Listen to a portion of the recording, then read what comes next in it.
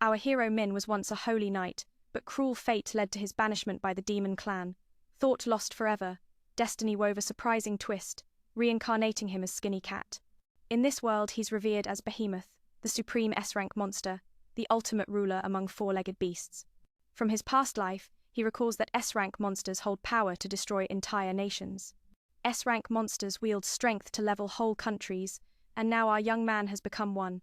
Though still small and not at full power, Skinny Cat's emotions swirl in confusion. He never imagined turning into a behemoth. What a shocking twist. The scene shifts to the city, where the elf girl Aria lives her daily life. As always, she prepares her clothes and heads to the Adventurers Guild for a quest. Meanwhile, the S-rank behemoth wanders the dark dungeon depths. What irony, from a noble knight to a simple cat. Reflecting on it, Min finds joy in this second chance at life, so he accepts the fate laid out before him. Here, Skinny Cat faces an E-rank slime, the weakest creature around. Min can't help but sigh at its fragility. How amusing. After checking his skills, he discovers a few basic ones and decides to test them. With a simple sneeze, the foolish slime vanishes in an instant. Since being born anew, Skinny Cat hasn't eaten, so hunger gnaws at him. With no other choice, he licks the gooey mess to see if it's edible. Strangely, it tastes like jelly, quite delicious. Not only does it satisfy his stomach, but he gains skills from the creature he devoured. After chewing the rest, he stows it away. How convenient. Over with Aria, she's now boarding a boat to the nearby labyrinth. As usual, she presents her guild card for identity verification. The guards confirm it before letting her pass. Deeper in, Min confronts a B-rank wyvern. Though related to dragons, this beast is somewhat weak. In the end, Skinny Cat blasts it, leaving it pierced and collapsed. Thanks to that, the S-rank behemoth gains a new skill, flight. Luckily, the monsters here aren't too formidable, so Skinny Cat defeats them easily. From slimes to stones, any beast in his path gets devoured by Min. Even Orochimaru's manda snake isn't spared. Meanwhile, Arya remains unaware of the massive changes in the dungeon, and steps inside as always. There, she uses a special stone to open the door to deeper levels. Coincidentally, Skinny Cat discovers a glowing treasure. At first glance, it's clearly a rare item, something Min never found in his previous life. Curious, he approaches and opens it, revealing a stunning magic crystal. But alas, it's tainted, for this is a trap. The behemoth is teleported straight to the dragon's lair. As fellow S-rank monsters, they sense each other instantly. What a mismatch. On one side stands the colossal earth dragon weighing tons. Glancing at himself, Skinny Cat feels inadequate, barely 3 pounds. How can he even fight like this? The earth dragon fiercely guards its territory. It snarls at Skinny Cat. Do you seek death for disturbing my slumber? Behemoth thinks this life might end here. Desperately, he attacks the dragon's body, but it barely scratches. Luckily, his new hardening skill lessens the damage, though it leaves him with broken legs. The earth dragon grudgingly praises the little cat for surviving its dragonclaw strike. Poised to finish him, Behemoth sprouts wings to escape. Before fleeing, he lands a parting shot, infuriating the dragon. Elsewhere, Arya reflects on why she became an adventurer. Back then, a benevolent hero saved her from demons, inspiring deep admiration. Coincidentally, the path she takes leads to where Min lies gasping. Thinking this new life might end, she rushes to save him. A few days later, upon waking, Min finds himself in bed, wounds carefully bandaged by Arya. Being tended by such a beautiful girl, Behemoth feels like he's met an angel. Surprisingly, she sees him as a harmless kitten, not a dangerous S-rank threat. Time passes, and with her care, Skinny Cat's wounds heal quickly, partly because he rests on Arya's lavish feasts daily. Even after full recovery, she continues to nurture him. In gratitude, Skinny Cat vows to protect her as his master for life. Once she's gone, he secretly follows her into the dungeon. He wonders if she's safe alone, a delicate girl in a harsh world. Though not the strongest, Arya handles D-rank foes with her super speed skill, striking swiftly. Suddenly, a cunning goblin variant appears, using magic unexpectedly. Caught off guard, Arya struggles, but Skinny Cat jumps in, helping defeat it. However, she spots him, shocked at his presence. On the way back, Min enjoys a cozy ride on her lap, feeling utterly content. At the guild, they stop for a meal, but a creep blocks their way. Guzman has long eyed Arya's charm and invites her to his party. She refuses, but he persists, even trying to touch her. Behemoth bites him hard, unable to tolerate the lustful gaze on his master, clawing fiercely. Guzman draws his sword in rage, but Anna, the eccentric former B-rank adventurer, intervenes, reminding everyone of the guild's no-fighting rule. Knowing her strength, he backs off. They're close, so Anna advises Arya to seek help if needed, and praises Skinny Cat's loyalty in protecting his owner. This marks the second time. The elf girl is saved, so she names him Tamama. Now, Min can proudly stay by her side. After completing their quest, Anna shares that Arya is nearing a rank up, filling her with joy. In the excitement, Anna plays with the kitten, even touching his sensitive spots, making him yowl in surprise. Tamama notices his master loves wine but gets drunk easily, which he disapproves of. Consequently, he's pulled into a bath with the girls.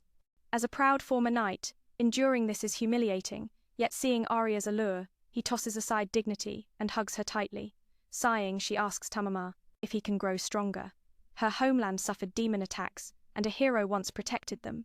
Arya aspires to become a sword saint like that hero, Alyssa. Tamama, familiar with Alyssa's tales, offers encouragement, assuring her she'll achieve it.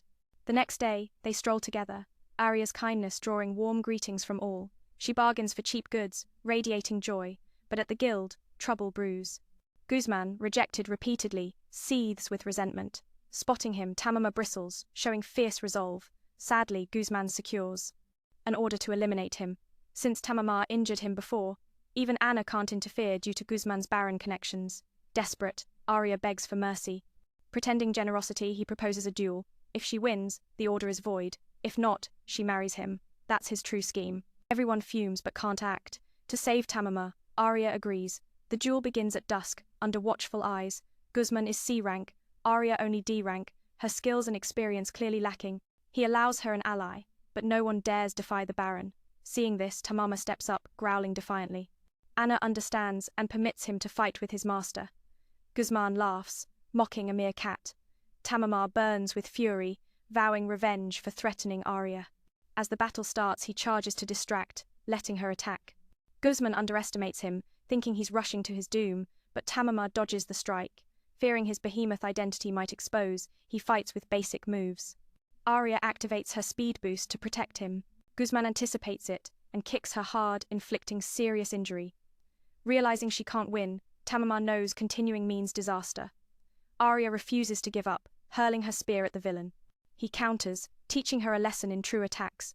The elf defends desperately. Tamama considers using his skills to end it quickly, but Guzman shatters her swords, gloating in victory. Tamama leaps to shield her, activating hardening to shatter Guzman's weapon and roar him away. The hilt flies back, striking his groin, delighting the crowd. Tamama has saved his master. Witnessing this, they speculate, but Anna and Arya call him an elemental cat, celebrating. It turns out such creatures exist, using magic like him. Victory is theirs, and everyone cheers the adorable kitten. Later, Tamama feels mixed, an S-rank monster mistaken for a cat and treated as a pet by the elf girl. A few days later, he wakes on Arya's soft chest, a blissful nightly ritual. She enjoys petting him, so he nuzzles her cheek. Sensing her happiness, he licks her ear, a sensitive spot for elves, sparking more affection as she asks for more. Tamama is shocked, realizing his master has a playful side. They visit Vunchen's forge, where she belongs to the Beastkin cat family. Rumors of Tamama have spread, so she's thrilled. Arya proudly introduces her elemental kitten. Vuncen eagerly hugs him, and Tamama warms to her, as she's close to his master, nestling comfortably. Though not as ample as Arya's, it's cozy enough for him to relax. For Vuncen, meeting Tamama feels like a dream. He thinks that line suits him better, never imagining touching such softness so easily. Vuncen asks their purpose. Arya's previous weapon order isn't ready, but today, it's for light armor for her kitten. Excited, Vuncen measures him, adjusting for growth. Knowing his special abilities, Arya invites him on dungeon adventures. Of course, as he's sworn to protect her. That night, Vuncen forgoes sleep to craft the armor. By morning, it's done. Its size made it quick. Arya adores how cuter it makes him. Grateful for her all-nighter, he silently thanks her. The girls discuss Arya's dual swords, ideal for her speed but fragile if lightened. She sighs, struggling to master them. Vuncen suggests teaming up to observe her style and improve the weapons. Soon, they're in the early dungeon levels. As a C rank, Vuncen is strong, wielding a hammer to maximize her beastkin strength. Tamama admits she's mightier than some tigerkin. She has a magic resistance skill, absorbing fire attacks and countering foes. Arya is amazed. It's a blacksmith's-derived skill. Suddenly, a lewd boar senses the women and charges, drooling. Arya strikes, but it's clever, blocking her. As it attacks, Tamama shields her with his diamond-hard body, allowing her to behead it. Though victorious, she's not joyful. Realizing her weakness despite ranking up, Vun-sen notes her long sword hinders her. Eager to grow, Arya agrees to venture deeper, facing slimy monsters that make them wince. Tamama imagines his master covered in filth and shudders. To handle these, they brainstorm strategies. Inspired, Arya rallies, urging him to watch her. She dashes in with blinding speed, but the creature reacts quickly with its 8 arms, making it hard to approach. Tamama knows her movements won't suffice. Her ally joins, knocking away a sword. She pushes her limits, lightening her form to even the fight, but vulnerabilities remain, and her weapon shatters. Vun-sen tosses her a short dagger. With it, Arya triumphs, slicing off the arms. He sees her motions have evolved, dual-wielding, boosting her confidence as she dodges and strikes precisely. Sadly, slime splatters her face. Vun-sen winces from outside. Hearing Arya's groans, Tamama glares and finishes the beast with his new skill, shredding it. Perhaps with the right weapon, her growth peaks. Thus, she awakens mid-battle. Tamama eyes the corpse, tempted to eat for skills, but it's foul-tasting and bitter. Luckily, it grants abilities like cross-species mating and endless slime production. Arya curses the remains, leaving the others speechless. Later, she explains choosing swords from admiring the sword saint. Though untalented, she persisted. But now, seeking strength, she'll forge her own path. Tamama supports her, knowing she'll surpass all. Vun-sen suggests deeper levels but rest first in the safe zone, protected by sage stones from sub-A rank threats. They bathe freely. The stone reminds Arya of her village's attacks. Vun-sen strips, and Tamama glimpses it all, but tries to stay composed. Then, Arya calls him to join, and he swims with the girls, enjoying the moment. She asks about Vun-sen's adventures. Tearfully, Vun-sen reveals her team disbanded. She's alone now. She warns about elemental cats mating, advising caution or Arya might end up pregnant. Instead of fear, Arya excitedly hopes for it. She pets Tamama, urging him to grow and claim her first time. Vun-sen is shocked at her friend's boldness. Soon, they face a C-rank minotaur, nearly B-rank with its weapon. As a C-rank, Vun-sen needs teamwork. Arya leads with speed, but it harms none. Vun-sen hammers it, yet its shield blocks. They persist, wearing it down. Tamama watches, awed by Arya's endurance. He's amazed her form doesn't hinder her speed. Blinded, the minotaur flails. Vun-sen gets careless and is crushed, but Tamama's wild roar blasts it away. Saved, she's smitten with him. Arya finishes it with a heart strike. It's her first B-rank kill, filling her with joy. Vun-sen sees Tamama as a powerful mate and offers breeding. Back home, Anna praises Arya's growth, from weak to strong. They celebrate with wine, toasting the new fighting style and formed party. Vun-sen proposes officially joining, their chemistry perfect, Arya's sincerity, Tamama's charm, and her support. Their team will be unstoppable. Arya is thrilled, no longer solo. Tamama bridges them, fond of Vun-sen. That night, sandwiched between their softness, he feels alive, like facing the river Styx was worth it. Suddenly, his status shows he's reached Behemoth's second form. He'd prefer this, but exposure looms. Their days together flow smoothly, until they spot a girl being beaten, an orphan ignored by all. Arya protects her, intimidating the attackers with Tamama's presence. The girl, Lala, introduces herself as homeless. Arya takes her to the orphanage, where kids know and greet her. Lala is welcomed. Tamama admires his master's nobility in caring for the lost. He vows to safeguard her smile. Days later, Anna calls them for Arya's rank upgrade celebration.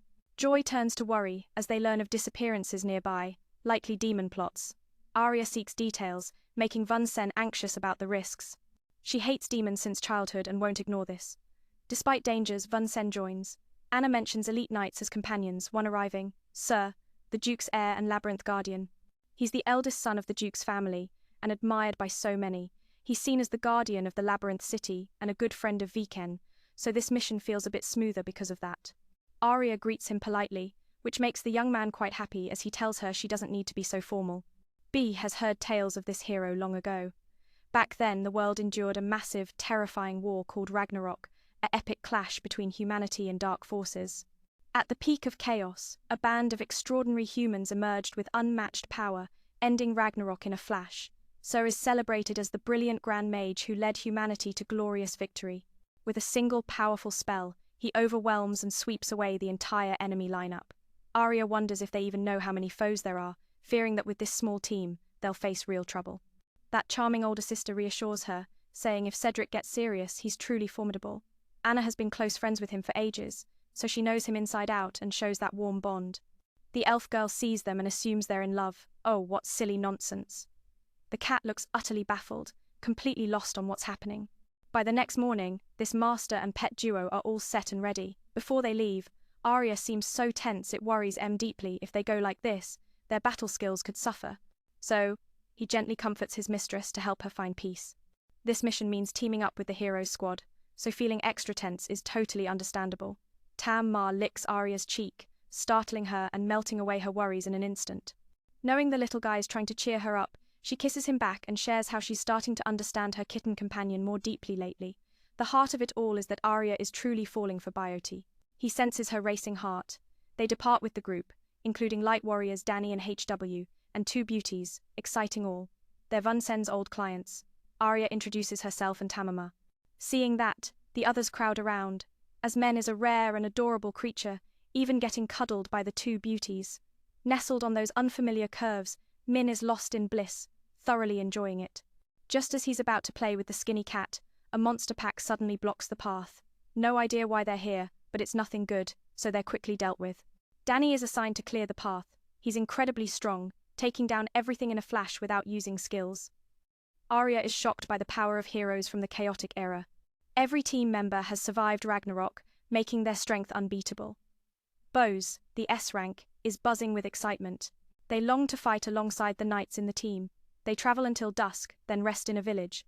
The locals can't even offer a proper welcome. They rush to report the current situation. The disappearances are still ongoing.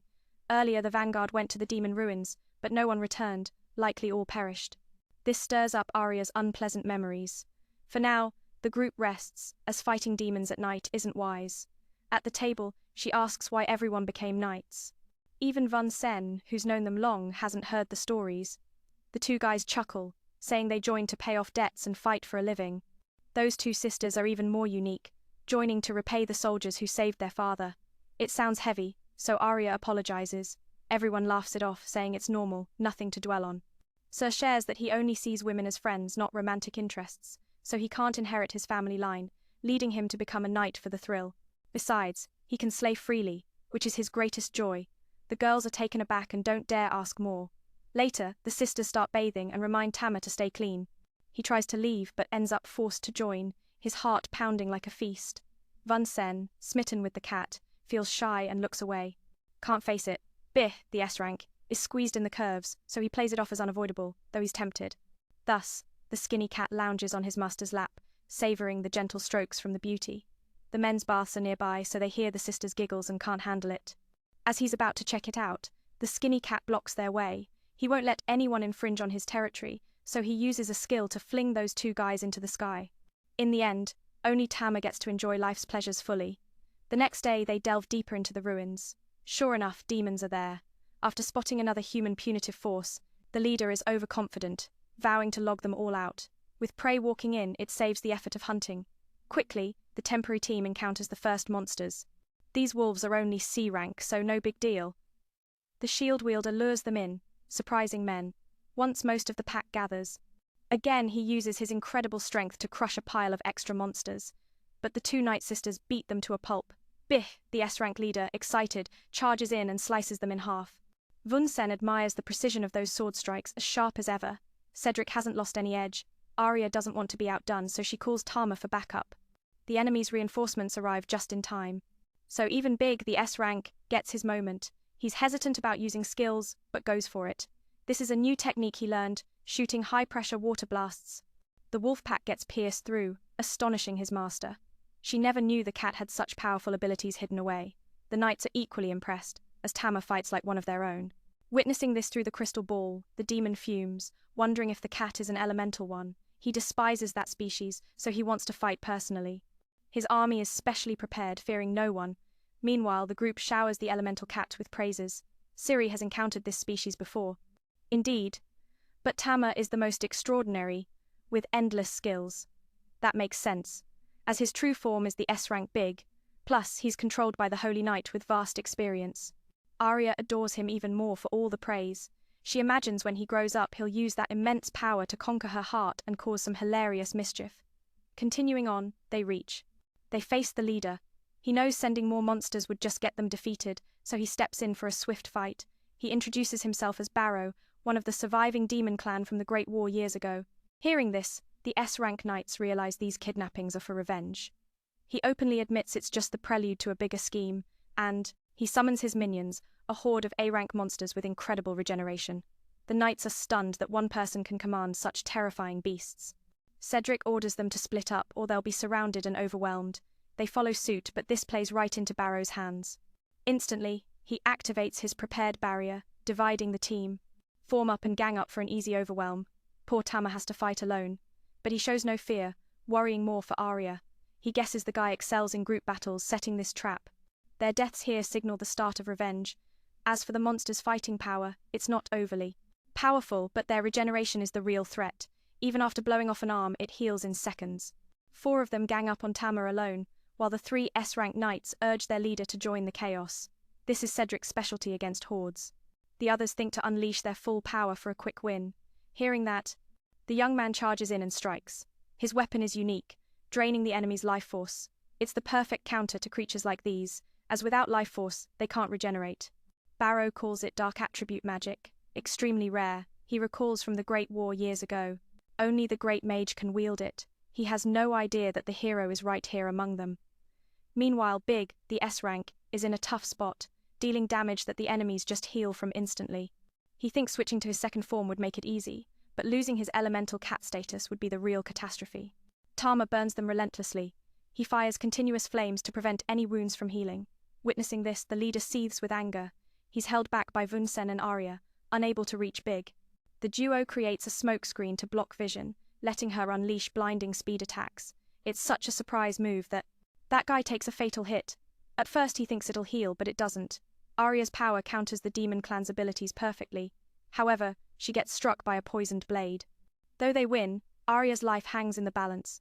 Before dying, Barrow warns humanity, this is just the beginning of total annihilation. Doom, for they've revived someone incredibly powerful. The poison in Arya spreads rapidly, with no cure in sight. Kak shows deep worry, recognizing it as poison dragon toxin. Desperately, they race back to the city for help. Sadly, no one there can save her. Arya has only half a day left. The doctor says no one's ever survived this deadly poison. This poison, the only way to save her is with the eyes or heart of an S-rank monster, the Earth Dragon itself. Hearing that, without a second thought, Tama flies straight to the labyrinth where he was born. She gave him this life, so no matter the cost, he must save Arya. Old enemies reunite, surprised that the cat who fled has returned. Harmed, Behemoth mocks him, saying he'll log him out for good, amusing the Earth Dragon. A weakling like this cat daring to challenge him. This time, Tama goes all out from the start, transforming into his second form, a massive Big. The clash between 2 S-rank titans begins. Big spews flames to scorch, but the dragon isn't. The effects hit immediately. He's lost his defensive abilities from that attack. Yet, this is all part of Tama's clever plan, knowing a straightforward fight wouldn't win it. So, he accepts the wounds to his body. The Earth Dragon lets its guard down. Seeing Tama transform, it assumes he's grown stronger, only to be taken down in mere seconds. In the next instant, Tama uses his skill to swiftly claim the enemy's eyes and life, ending the battle. As soon as it's over, his body reverts to cat form. Drained from massive power loss and the wounds he's bearing, he's barely able to move anymore. Still, for his master, he pushes himself further. So, he carries. Store the monster's corpse in the inventory, then soar back to the village at breakneck speed. Arya endures the relentless agony as the poison spreads across her entire arm, filling Vunsen with deep sorrow. At that moment, the skinny cat returns with all the essentials. Everyone witnesses this scene, baffled by what has unfolded, but the priority is saving her life, so they swiftly begin brewing the antidote. In her delirium, Arya dreams of her past, at age 13, when her hometown was ravaged by demons, with countless deaths. They didn't stop, hunting for the Sage Stone hidden by the Elf clan. Arya becomes a victim, terrified to the point of losing control. Just as she thinks it's the end, an elemental cat appears out of nowhere. That's why she cherishes Tama so deeply. Saved countless times by this adorable creature, she vows to marry the cat and have his kittens in this life. By morning, the poison fades, no longer threatening her life. Her close friends and siblings rejoice, as last night was a brush with death. Thankfully, she pulled through. It's a miracle. Afterward, everything calms down as they've completed the demon extermination quest. Anna gets word that her sister nearly died and rushes to her side, crying endlessly.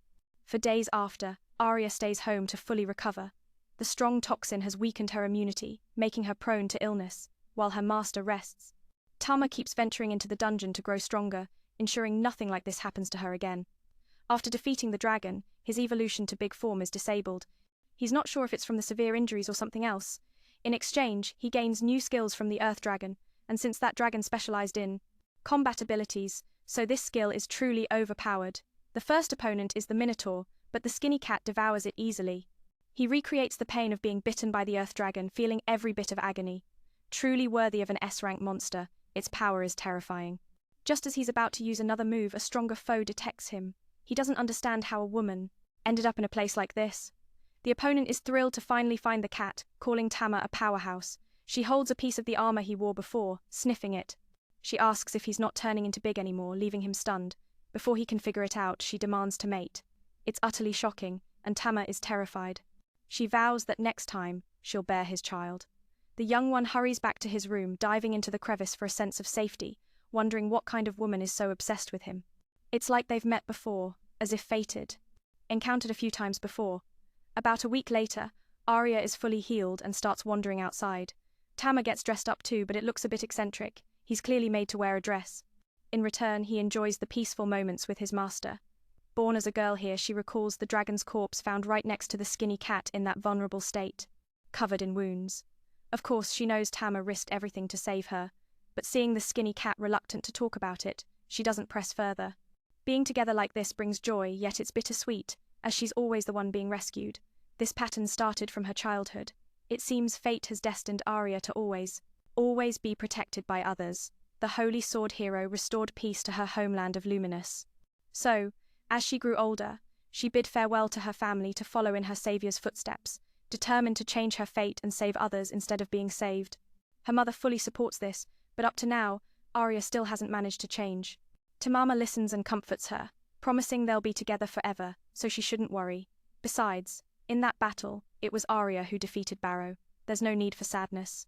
The next morning, the pair visits Viken's forge to collect new gear. During her recovery, the skinny cat crafted perfect items for them.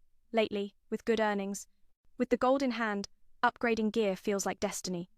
Rewards from defeating the demon clan and selling the monsters Tamama caught mean they no longer worry about meals. Viken can now gather funds to buy top-quality materials for crafting. Arya tries on her new outfit. It's flawless. This light attire boosts speed and movement with graceful ease, while still ensuring strong durability and solid defense. To test it out, they head straight to the labyrinth. With recent downtime, Arya feels a bit tense. Sensing this, Tamama casts a spell to lift spirits, like a warm blessing that wards off fire and ice, and boosts the team's stats a little, filling both with fresh confidence. The leader should thank the little cat, probably worried she'd lose her edge. As soon as they spot the first monster, Arya charges in without skills, her speed so blinding that the beast can't keep up. From the cat's view, the armor and weapons are absolutely stellar. In that moment, she senses something profound stirring within.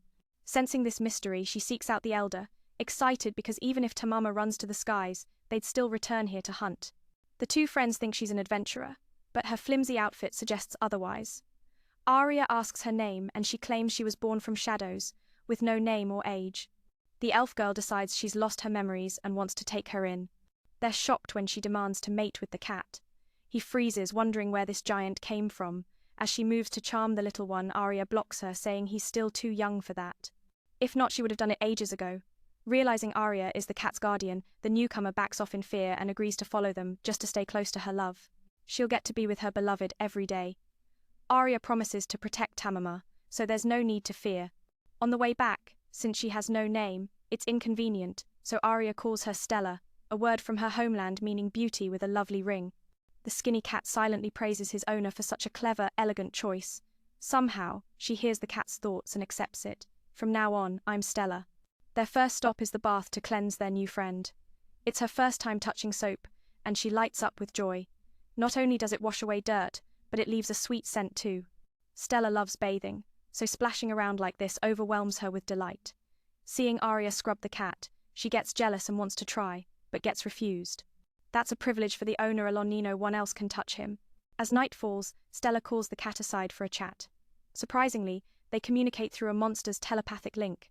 Tamama is stunned, amazed at what kind of being she is to understand his language so well.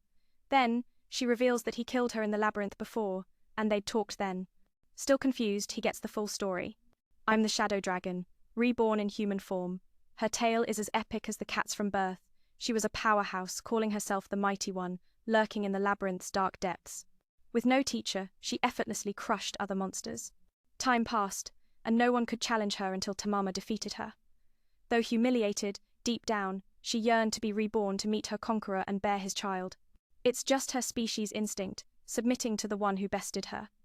After awakening again in the labyrinth, she knew her goal was to find him and realized her hidden skill activates only upon death. Following the scent from the cat's armor piece, she tracked her way out. Now, she's finally by her love's side. Tamama feels a bit uneasy, but she assures him she's submitted, so no attacks will come. However, he must have a child with her, no question. It's natural since he's the first male she recognizes as superior, and she's fallen for him. She's ready to start tonight, but Arya intervenes. Stella doesn't understand why, but she's terrified of the elf and doesn't dare argue. Arya declares the cat is her pet, so don't even think about claiming him. Defeated, Stella holds back, waiting for another chance, but she wants him to know her love runs deep. Though her confession is thrilling, it's unsettling, as she's a dragon in human form, not so different from the cat. The next day, Stella tries a meat sandwich and beams with excitement.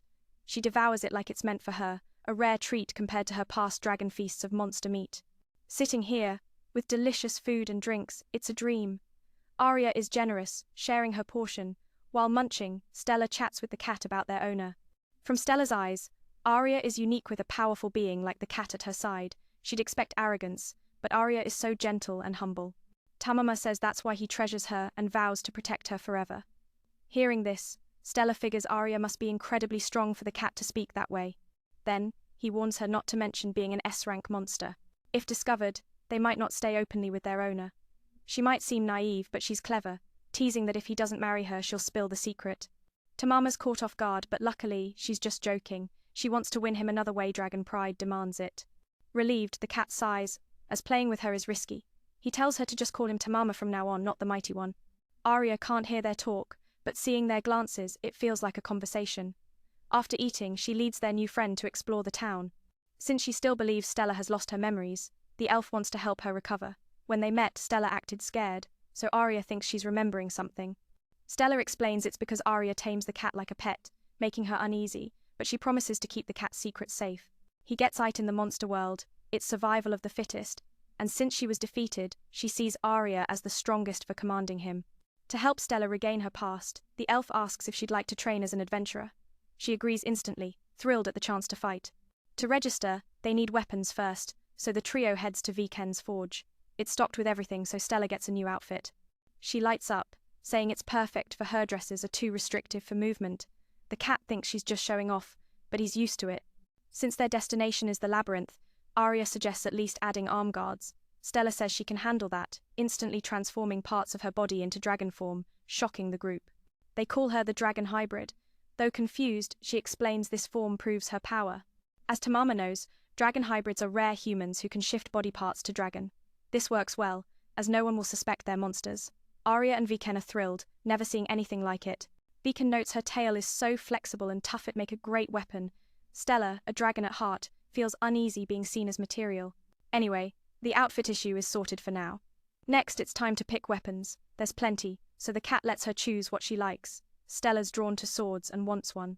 She also asks about Arya's gear for maintenance. Casually, she spots a massive shield and grabs it. The group is stunned it's half a ton, lifted with one hand, something Min kept unused since no one could wield it. Even after dropping her dragon form, she's still that strong, truly terrifying. Min asks why she didn't pick a sword or staff. The dragon girl is excited because it's her first time choosing based on what feels right. Half a ton lifted with one hand, since no one can use this, Min has always left it there. The point here is that Stella is still so strong even after she has released her dragon form. It's really terrifying. Min also asked about whether she thought she would take a sword or a wand. The little dragon was excited because this was the first time Min took the initiative to communicate about the reason for choosing a shield. It ties back to their previous battle. After being defeated, Stella realized the importance of defense. Now, reborn as a human, she must be even more cautious. Seeing Min worried about having killed her, Stella acts tough and says not to fret. Instead, she's grateful, for that first defeat taught her the true meaning of power. All those years, she was like a frog in a well, unaware of the mighty beings beyond. Stella sets the shield aside to find her main weapon. Though incredibly strong, she needs both hands to handle it steadily. Luckily, the shop has another great sword that fits perfectly. With that, preparations are complete. And so, the three wives and the cat venture into the labyrinth. Today is just to test the dragon girl's combat skills, not to register yet. Arya asks the cat to protect their new friend. The cat thinks silently that they might be the ones needing protection. Nearby, 3 goblins are cooking when suddenly a monster attacks Min. Arya tries to help, but realizes it's unnecessary as she handles it alone. With sharp claws, she easily takes down 2, but she forgets why she brought weapons if she's fighting like this. The remaining goblin gets smashed to pieces by Stella's great sword. Min watches in awe at this wild fighting style. Indeed, even as a human, this is still Earth Dragon Stella. She's fiercely combative and craves battle. If not corrected soon, she could cause disaster.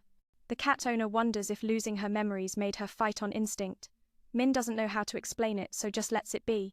Their team is already stronger now, so they head to deeper levels. The dragon girl confidently declares that these monsters are no match for a powerhouse like her. Nearby, some bulky boars look perfect for shield testing, usually for defense, but Stella's strength lets her smash it straight into enemies. The remaining one trembles but still gets taken out. Min relies on power too, but seeing her like this shakes his confidence. On the next level, they face a slimy monster that counters young women. Stella is stronger, of course, but she admits it's a tough foe for someone newly reborn. To save face, she charges in recklessly and gets restrained. Then it spits slime, leaving her weakened and disoriented. In the end, she can't fight as she wants. Seeing her friend in a daze, Min must act. Fearing the goo might cling to his wives, he activates a new skill to create tails that pull them away. With Min's abilities, defeating this one is easy. Just strike from afar. When the cat calls Stella's name, she regains her senses. He asks what's wrong, since it's just a low-level beast. The dragon girl says her body is still affected by the fight with Min, so she lost control. Min feels guilty and hopes she forgets it soon. The other 2 comfort her. Min promises to protect her from now on. This fills Stella with joy, and she vows to fight like a human from now on. Forgetting her recent fear, the cat friend is asked to teach her proper shield and sword use later.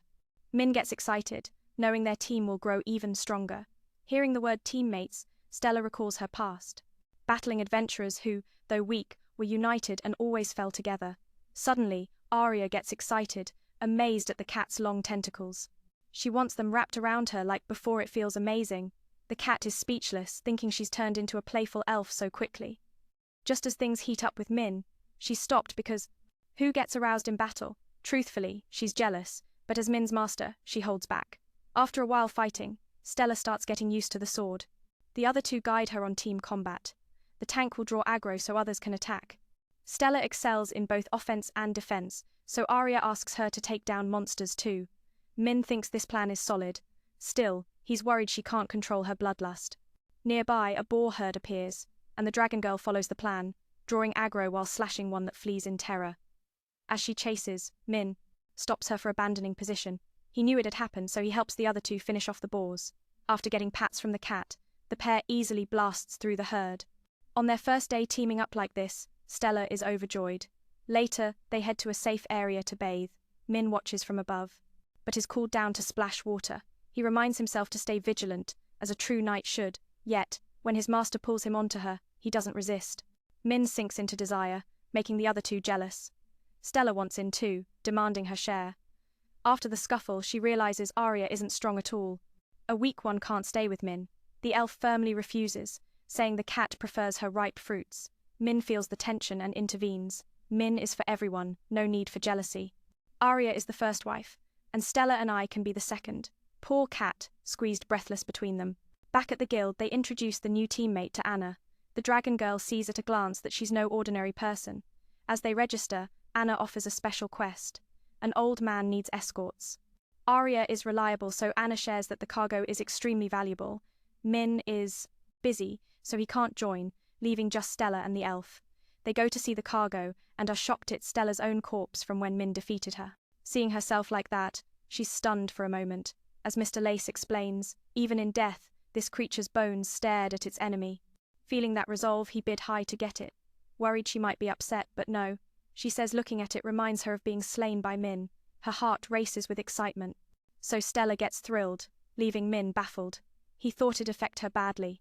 Before departing, Anna surprises her with a new Rank B adventurer card. It's fitting since Arya has grown stronger with the cat's help. Min hugs her in congratulations. By morning they set off. Though he can't join right away due to other tasks, the tiger-eared friend promises to catch up. On the escort journey, they encounter perverted boars, but Arya takes them down easily. It gets smoother with Stella and Min's support. At night, Mr. Lace gives Arya a beautiful flower. It's not about her body. This links to his fiancée Elle. He used to pick it for her. No wonder Min senses no ill intent from him. Arya asks what he'll do with the dragon bones. He says his friend collects rare materials for weapons, likely for a big war, so he'll sell it. Hearing this, Min panics, recalling the demon's warning of someone's revival. At this rate, they'll reach the next city tomorrow. For safety, Stella sleeps on her own spot. Suddenly, the surroundings distort. Min senses it immediately and rushes out. He's shocked as everything turns into a forest. Arya and Mr. Lace wake up and hurry before the new labyrinth forms. He's heard of this phenomenon before, so he's certain. Luckily, they escape early. The elf wants to return after the escort to explore. They'll be the first to enter this labyrinth, boosting rare item chances. Truly, it's every adventurer's dream. Once safe, Mr. Lace lets them explore. He knows first discoveries are unique. The guild wants valuable items from them. Arya agrees and rallies Stella and Tama. Since it's an uncharted labyrinth, they must be cautious. Min uses skills to protect the two. Stella gains confidence, wanting to rampage, but is held back. Arya stops her, using a note from Vunsen that makes Stella obey, cooperate in battle, and she'll get to hug Tama. Hearing that, she steps back and complies. Min, used as a reward, is resigned but accepts for his master's sake. Suddenly, a voice echoes, asking if they're seeking treasure. If so, follow me. Stella, excited, goes along, but it leads to a dead end. Monsters surround them. Tama thinks it's a trap, but first they fight. Stella taunts the beasts to attack. Provoked, the enemies charge, letting Min and Arya strike easily. After defeating them, she says her coordination was for Min, not the friend. Suddenly, that voice appears now two figures. They're rare spirits and fairies. The tiny one is Lily, and the green one is Fairy. Stella curiously asks if they're tasty, how funny. The elf explains they're forest dwellers, called sprites. It's her first time seeing them, so she introduces herself. The pair notices the cat. Stella, jealous of her prize being taken, wants it back for a hug. Tama endures since they're not enemies. He tells the dragon girl to calm down, but she accuses them of setting traps. Lily explains there's real treasure here, so they led the way. Fairy wants to befriend Min, so she'll guide them as a gesture. She uses magic to reveal the treasure chest. Opening it, the item inside is stunning and likely very valuable. Mr. Lace will know its worth, so they'll ask later. The two sprites say there are more around, but to get them, they need a key nearby. Lily and Fairy cheer for Tama to defeat the bees for it. Stella tanks the damage. Min seizes the chance, using Lion's Roar with his master to blast the enemies away. Quickly, they get the key, but it's not for the chest, it's to fight the labyrinth boss and earn a reward. Lily and Fairy can guide, but Arya wants to return to the city first, not keep the client waiting. Since they've been allowed to explore, they must be responsible. Plus, the elf wants to prepare for the boss. The two sprites ask to join, as they want to see a human city. The next day, the group reaches safety. Lily and Fairy start wandering and get scolded. As rare races, they'd be kidnapped if lost. Arya plans. First, tour the city, then ask Mr. Lace about the item's value. Just as she finishes, the two grab food from vendors, and Arya has to pay for it. Fairy feels guilty but is still invited. Later, they meet the old man for appraisal. What they found is a drop of truth serum. If given to criminals, they'd confess everything. Arya is shocked at its use. He says his shop can't price it, so they should find a bigger one. Then, Lily and Fairy enter, leaving him stunned, like he's searched for them forever. Asking what's wrong, he says it's his first time seeing sprites, so he's shocked. He pretends to have urgent business and leaves, baffling everyone. That night, the group rents an inn and bathes. Little Lily, being so small, sneaks into Arya's bath crevice, saying she's hiding. They playfully tease her fruits.